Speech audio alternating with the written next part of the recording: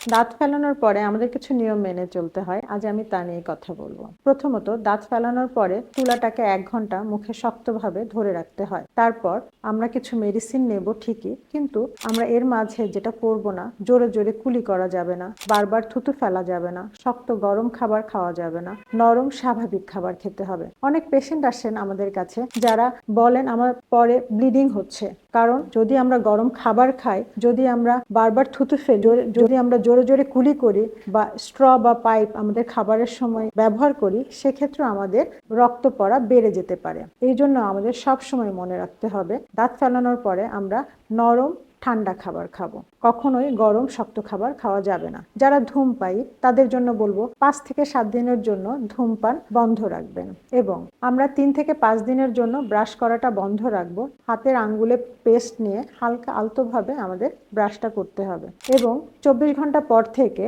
উষুম গরম পানি দিয়ে দিনে ৩ থেকে ৫ বার কুলি করব।